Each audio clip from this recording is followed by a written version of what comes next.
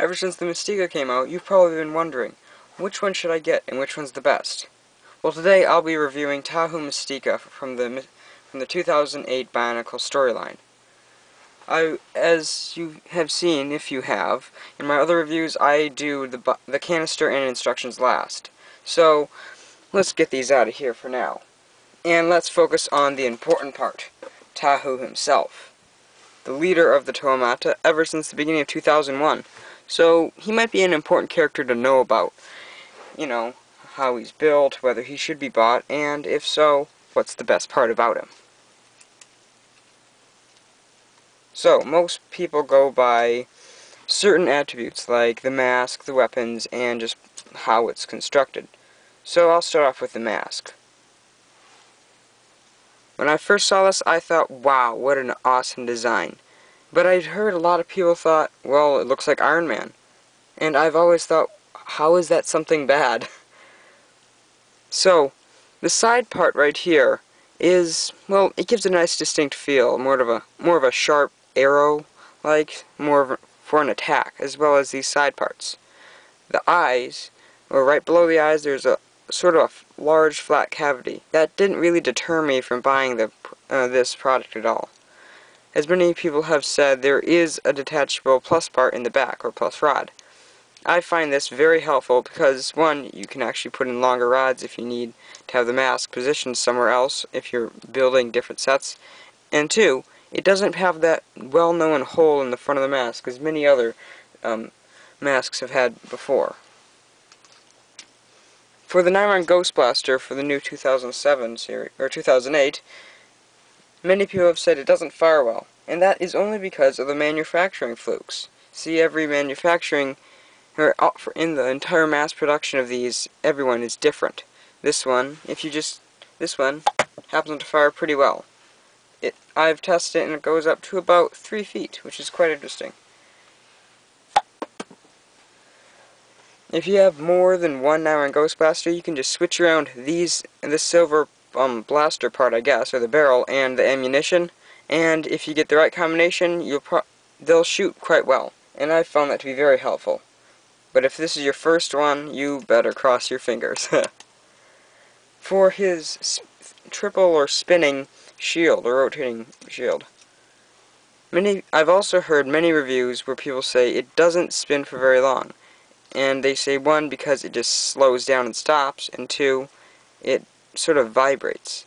Well, if you have them at the right angle, sort of leaned forward, I've found, it spins or can spin for quite a while.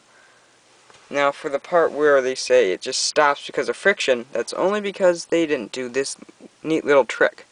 You just move the shield out about a millimeter, maybe 2, and that has enough space from, let's say, the center of the shield where this part is connected from the ball of the hand. There's enough space in there allowing it to spin freely.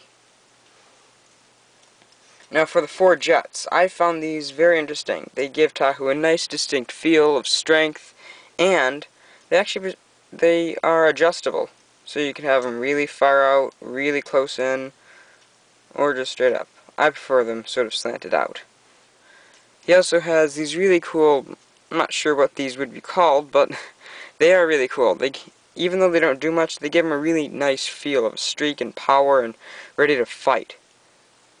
Now you might be wondering, well, what's the size of Tahu? And if he is really small, then I might be getting ripped off. Well, if you have seen the Pantoka series and bought many of them, you might have bought Kopaka Nuva, and I fortunately have. Kopaka Nuva is always known as Tahu's best friend. Well, Kopaka and Tahu have the same arm and legs pieces. Yes, they do have different armor right here and here, but they do have the same Piraka legs and arms. So Tahu and Kopaka are pretty much the same height. So if you were wondering what size he is, well, if you have Kopaka, you're in luck. Or even if you have a Piraka or a Toa Inika, you might be lucky. So just Kopaka off to the side for there. Oops. And you also might be wondering, well then, what's the combiner look like? Well, once again, you're in luck to see this. I have Solik. Oh, that's right. Tahu's best friend.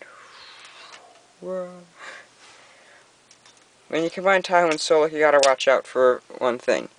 Or two, actually. Solok's head always has to be up, or else it'll clash with Tahu's, and his arms and blades always have to be up, like Tanma when he teams up with Liwa. Whenever they fly, though, Solok's head always has to be off to the side, as if he's looking out for anyone, or looking out for Tahu. And that's not that bad, really, but you don't want to have him on the ground. That's just sort of cumbersome. So, when you combine them together, it gives them a really big, strong feeling, and I do like that. The wings and everything else just comes together just perfectly, and is absolutely amazing. For playability on the set, I'd give it a very high rating because not only does Tahu have a long history with many BIONICLE users, but also because he has very many fun pieces, as well as new, not to mention, as new, yes, just get back to that. He has the Nyron Ghost Blaster, these 4 fans, or jets, these 2 wings, his mask, definitely his new mask, and his rotating blades, as well as this piece that allows the 3 blades to come together. Oh, and don't forget these. Very good. So, this would be the end of my set review. If you really do not like the canister reviews, this would be your time to leave, or just not to click on the link at the bottom of the screen, right about here, or here. Just, yeah, I'll pick it up and throw it, that's right. So, the bio code will be posted in the comment box, or wherever, the description. And thank you for viewing, and please, if you do want to see the second part, please click on the link.